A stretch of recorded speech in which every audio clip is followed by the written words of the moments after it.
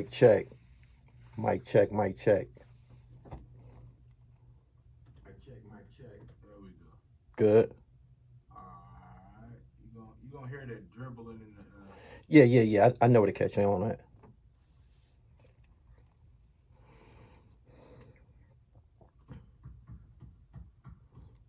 Ready, Nick? Let's get him. Let's get it on. It's gonna be a little different today. This Welcome to the Dribble Podcast, by the way. This episode is episode 27, I believe. I won't so much consider this to be an episode, more so a part of my life that I'm recording with you guys, recording for you guys in a booth. Hopefully I can get through this shit and leave this shit in this booth. This shit been on me all week and it's hurting me bad. It's killing me. It really is. It's heavy as fuck. But I need this shit to get up off me and I need to leave it in this booth. So I'm gonna go ahead and share the tragedy and trauma that's going on in my life right now. I had an associate who was killed in 2018, September 4th, 2018. He was a paraplegic when he was killed. He was already in a wheelchair. He paralyzed from the waist down when he was killed. It's one of my, hustler associates, homies, whatever. We come up together in the streets, get money together and shit like that. And he was killed in 2018. And what was most disturbing by it was the people who took his life. It was very, very hard to swallow. I knew these people personally as I knew the victim, Tony Montana. That's what we called him, Montana. God has a way of teaching us lessons in life, and sometimes he will use someone else's life to teach us a lesson. And I'm glad that my life was never used. I never had to lose my life to teach anyone a lesson or anything like that. But this is kind of like what I got out of all of this. The double cross. The double cross is very real, man. Human beings are fickle people. They change. You never know what could trigger them, what type of insecurities they have, what type of company they keep when they're not around you. But to the whole title of friend is a very, very precious title that you cannot just give to anyone.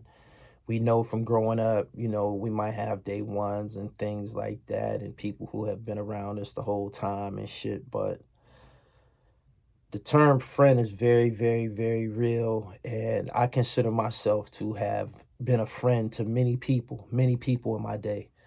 And very few have been a friend to me.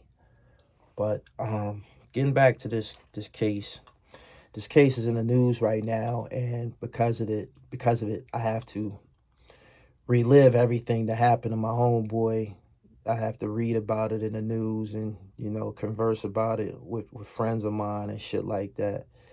And it hurts. It's fucking with me bad, man, because I told this nigga, I told him, Tony, I told you that this cat wasn't nothing to fuck with. He was nobody you should have been fucking with. I told you this. I told you this in your kitchen. And you gave me a funny look when I told you about this cat. And you left this world not knowing that this guy who you thought was a friend of yours was right outside your house in the alley while these guys were killing you and shit. And it's very, very fucking disturbing. Getting back to the aggravating circumstances. Tone Montana was a big drug boy from around my way, been getting money. He's one of the elites, getting money his whole life. Was rich as a young boy, just He was that. Had a big reputation. Somebody I was in the streets getting money with. Um, Tony went to prison and got involved with a guy by the name of Shanello.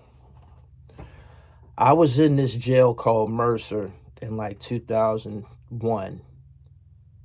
Me and a few of my homies with this guy named Shanello. This guy named Shanello, he's from Erie. He's like a bastard case. What I mean by that is he's from the same city as us, but he's of nobody's set. He's from nobody's set, whereas all of us, we from reputed neighborhoods and housing projects and shit like that.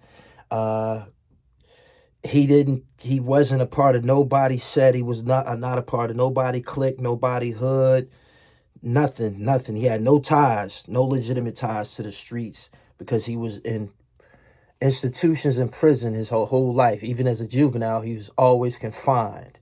He was very, very rarely on the street. Most people might not even know him. If you do know him, you might be someone who's been in institutions. He's one of those guys who grew up in institutions. Anyway, because he didn't grow up with us, or he didn't come up around us or in our era, although he was from Erie, when we was in the penitentiary, I didn't walk with him. I didn't want him around us. None of that. He didn't have certain traits. It was just something about him that I didn't like about him. He was at this jail when I got there, but when I seen the way he moved and shit, I immediately didn't like him. Nobody could tell me any different. Other homies from Erie used to be coming to me like, yo, man, what's up with you and Shanello, man? Why you don't like him, man? He cool and shit. I don't fuck with that nigga, man. It was something about this creep motherfucker, yo. But anyway, when we was in the joint, although he's from the same city of us, he didn't walk with us because he didn't have anything in common with us. Whereas if we walk in the track and shit like that, we probably talking about the same girls, the same environment, the same people, the same, stories and shit. We on the same page, talking about the same bitches, what's going on in the streets and shit. He can't participate in none of these conversations because he has never been on the streets for any significant period of time. He grew up in jail, literally.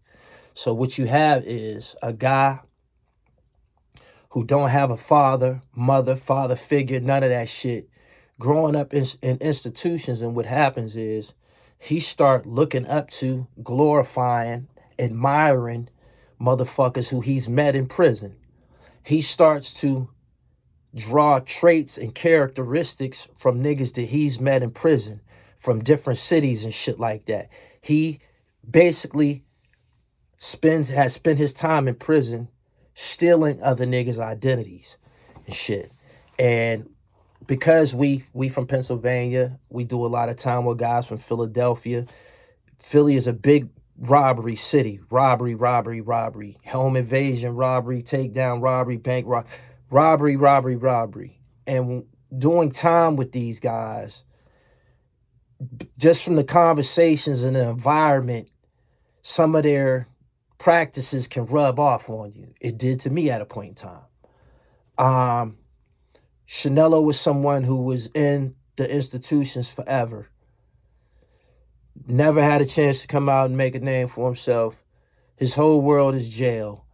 Anything that he knows about the streets, he knows from jail. He don't know no big time hustlers by name or anything like that. They don't know him. He just know them from jail, from seeing pictures of them from jail, hearing their names in jail, hearing stories about them in jail. Boom. My man Tony Clark, Tony Montana, he go to the penitentiary. He ended up in the same jail that I was at, Mercer. I was no longer there. I was gone. When I seen Tone on the streets, welcome home. What's up, my nigga? How you doing? What jail you just came from? He said, I was at Mercer. I'm like, oh, who you was up there with? I was up there too. He starts naming the guys that he was up there with. One of the first names that he says is Shanello.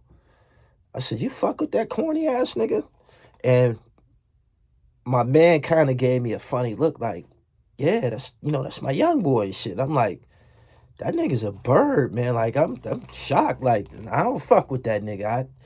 And it made an awkward silence in the room. This happened in my man's kitchen when I told him about this shit. Right?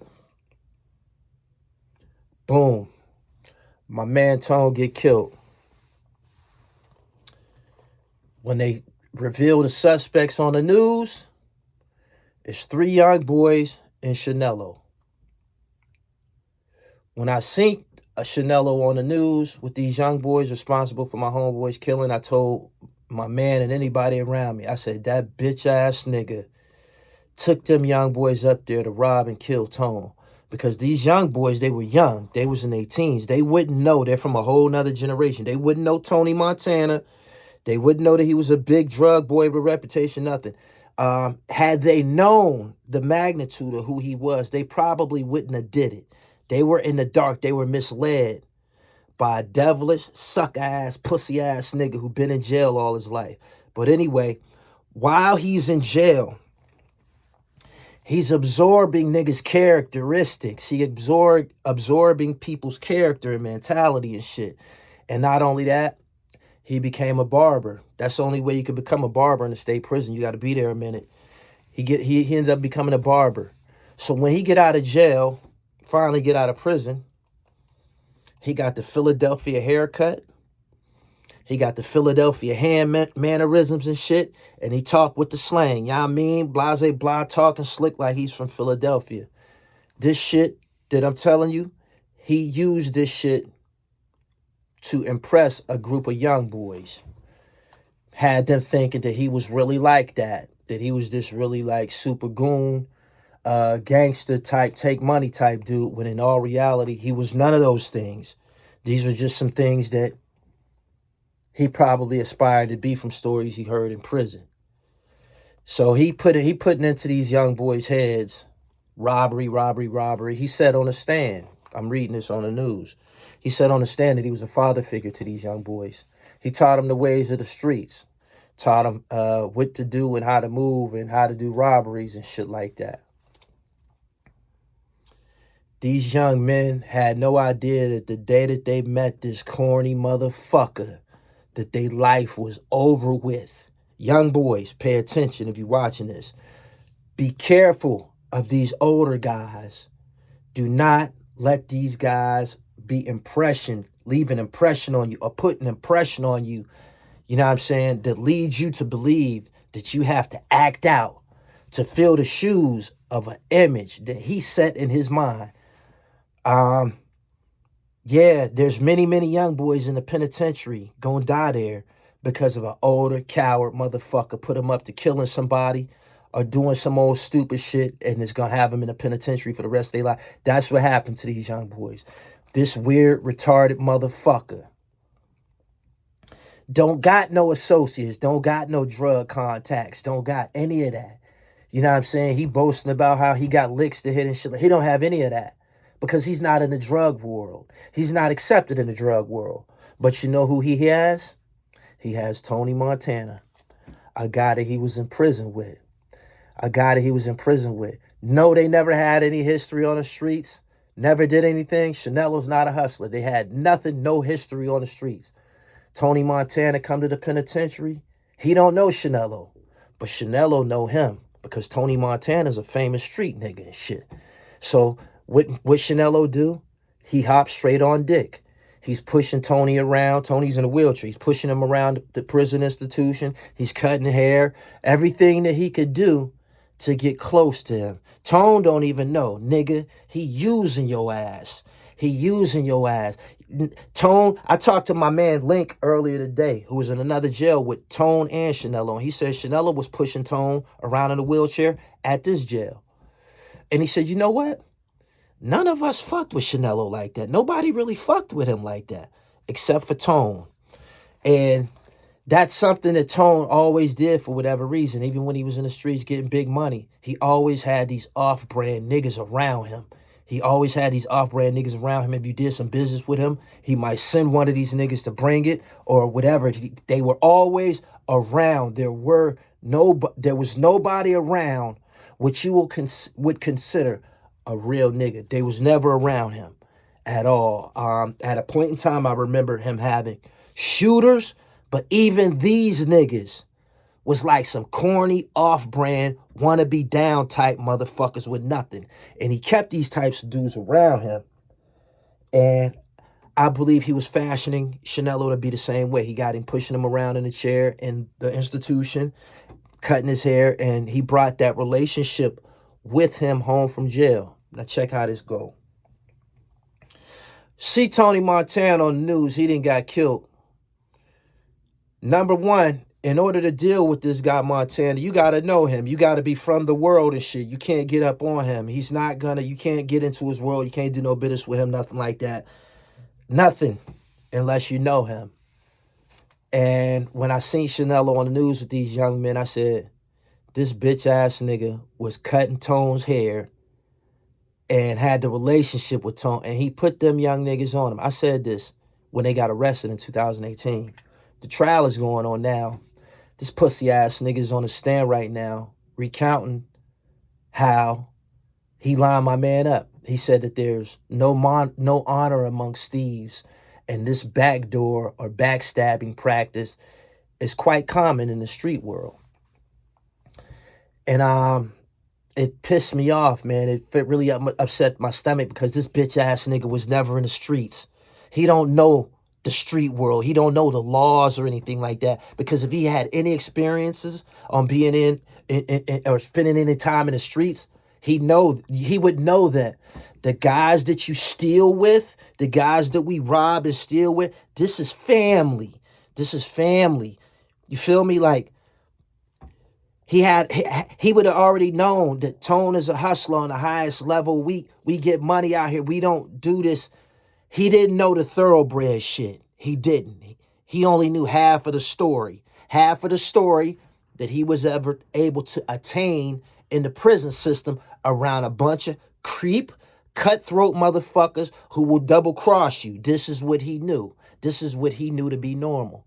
So this pussy ass nigga saying on the stand that, you know, that he taught these young boys how to do this shit and the double crossing was normal. And, you know, there's no honor amongst thieves. I guess it ain't no honor amongst thieves, you bitch ass nigga, because you line someone up who you said was your friend. Then you went and did robberies with some young boys who you said you was a father figure to. And they got caught. And now you telling on them. You feel me? If these young men only knew what type of piece of shit, scumbag, perpetrator motherfucker you were, they wouldn't be in the situation they in right now. They were hungry, they were impressionable, and you took advantage of that. At no point was their minds developed enough to say, why ain't nobody around this motherfucker his age? Where's his niggas at? Where the live niggas at that he fuck with? Like, he talk a good game, but where's his associates? Why? Where's the bitches that he fuck with? None of that. None of that. Because he had none of that. He had nothing going on in the world but this sick ass shit that he cooked up in his mind and these three impressionable young boys. These sick motherfuckers, they so amateurish at this craft that they not just robbing motherfuckers, they killing motherfuckers. You feel me? They killed another young nigga that I knew prior to my man Tone. They killed several people. They was on one. And they robbed this guy one day, burglarized his house. His name was Isaiah. Burglarized his house. Came back the next day and killed him. I don't even know how that fucking works out. But the predatory shit, you know what I'm saying? And this 38-year-old motherfucker driving these young boys around, sicking them on motherfuckers and shit. And it has ruined my week. I'm beefing with my girl. We probably I'm in a bad place, man. I'm in a bad place because I was so close to this murder case. I told this nigga, Tony, I told him. I said, man, that nigga ain't no good. Don't fuck with him. All my homies that was in the jail with us, they been calling me and shit. They like, you okay, man? Da-da-da-da-da. You never liked that nigga. We didn't understand why you didn't like that nigga. They like, Millie, you sniffed it out. You smelt it on it, man. You know what I'm saying? But my man Tony Clark, Tony Montana, he couldn't smell it on him. He died on the toilet. Paraplegic. He died on the toilet, butt naked, begging for his life.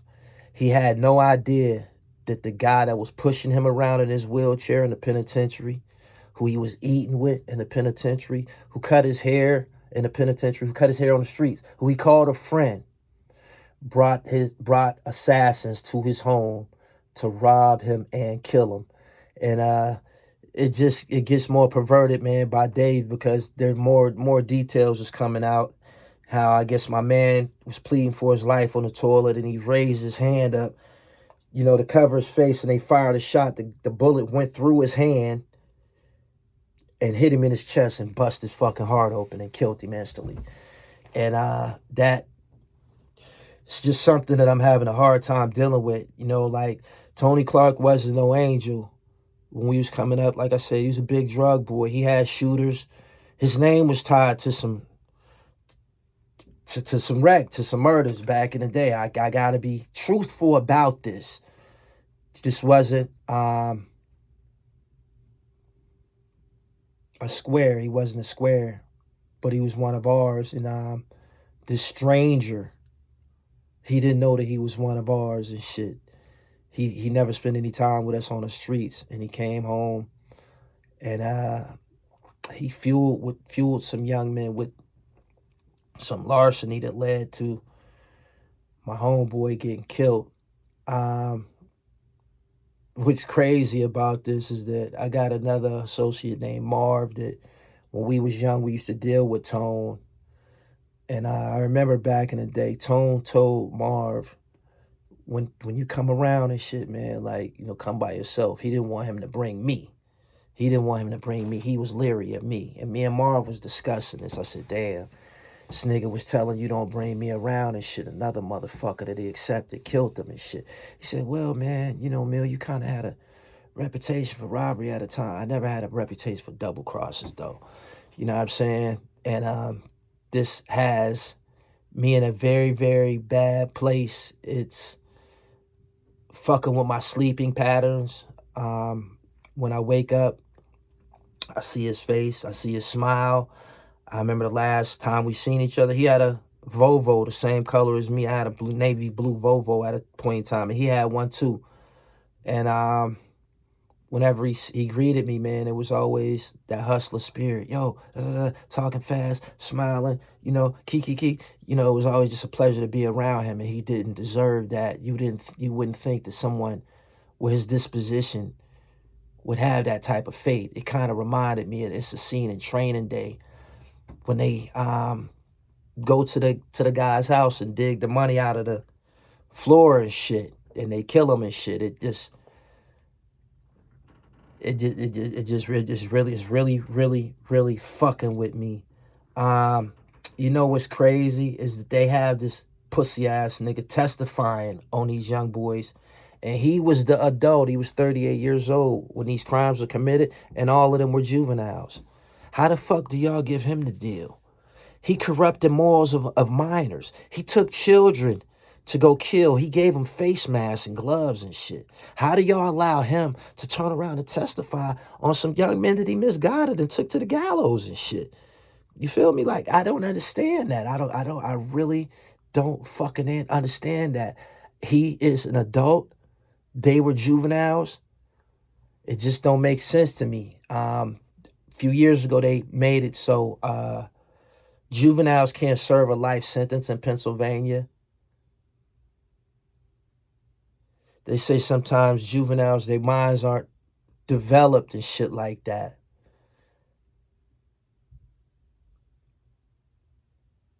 Something needs to be done with this case, man. Something needs to be done with this case, man. Like, it's just, they killed my man for nothing, yo. It was never said what they took from him, man. This is how out of the loop this bitch ass nigga Shanella was. Tone wasn't even on like that no more. He wasn't even on like that no more. You feel me? This young nigga, this nigga got in his mind that he's still the same Tone Montana from the 90s. You feel me? A big lick. And he put some motherfuckers on him. Be careful, man. We got to be careful about who we embrace. I got this term that I've always said and I always stuck by. We grew here. You flew here. You feel me? Be aware of newcomers, man. Be aware of fucking newcomers, man, because they don't be knowing the rules and shit. You know what I'm saying? And you can spare yourself from feeling the way I feel right now. Rest in peace to Tony Montana. I got on here to expel some shit from my body. I hope that I removed a lot of it. I'm gonna go and smoke some weed after this and try to like settle down. But this has been affecting my uploads and just affecting my spirits at Gully TV, man, to go back through this, to relive this. And I told him to his face, don't fuck with this nigga. He's a crab, snake, motherfucker. I told him. And I got homies that be saying, man, I remember you hated that nigga, man. It was something about him. Like, I had everybody convinced except for Tony Montana, and it cost him his life. That's all I got right now, man. I ain't gonna put no music on this shit. It's transparent as possible. Something is going on in my life. I'm learning about the double cross right before the situation happened. You know, this situation happened with Tony Montana. I got double crossed by somebody in business, somebody that I held dear to me. And it wasn't so much a double cross. He just wasn't who I felt he was. And it set off bells with me that prevented the double cross and shit. You got to be able to identify the crab snake motherfuckers, man, before they bite you. And I lost a dear, someone who I was very fond of, thought was a dear friend, but he did something that I knew to be dangerous. Sometimes God will send signals before the actual transgression or before the actual event. God will send you signals and try to wake you up. You know what I'm saying? Don't be blind to the signals. Your body will tell you. Your spirit will tell you. Your body, your everything was created by God. It's a perfect vehicle and vessel and shit. Everything that you need, including the alarm, has already been installed inside of you. So be careful. Please be careful. I wish I could have saved my man Montana. As of right now, I got four close homies that lost their lives to drug robberies. Four fucking homies. David McClendon, Mont Page, Tony Montana, and Stephon Bibbs. They all was killed in the drug world in the course of a robbery. I lived that life. I ain't got no stab wounds, no bullet wounds, no stab marks, nothing like that. I like to say that I was blessed to make it to this point without any of those things happening to me. I'm a product of a praying home, a righteous family, and I try to stand in righteousness so I'm protected at all times and shit. I got to get up out of here. Anybody that's listening to this is from the heart, and I hope you can extract some information from this. Just be careful with who you call a friend, and don't second guess your intuition. You know what I'm saying? God will send messages to us, and if he send that message to you to get low, make sure you get low. Rest in peace, Philip Clark, a.k.a. Tony Montana, and rest in peace, the late, great Richard Roundtree, who died 2 days ago. Tune into the Dribble Podcast on all streaming sites and follow me on Instagram at GullyTV1. Peace.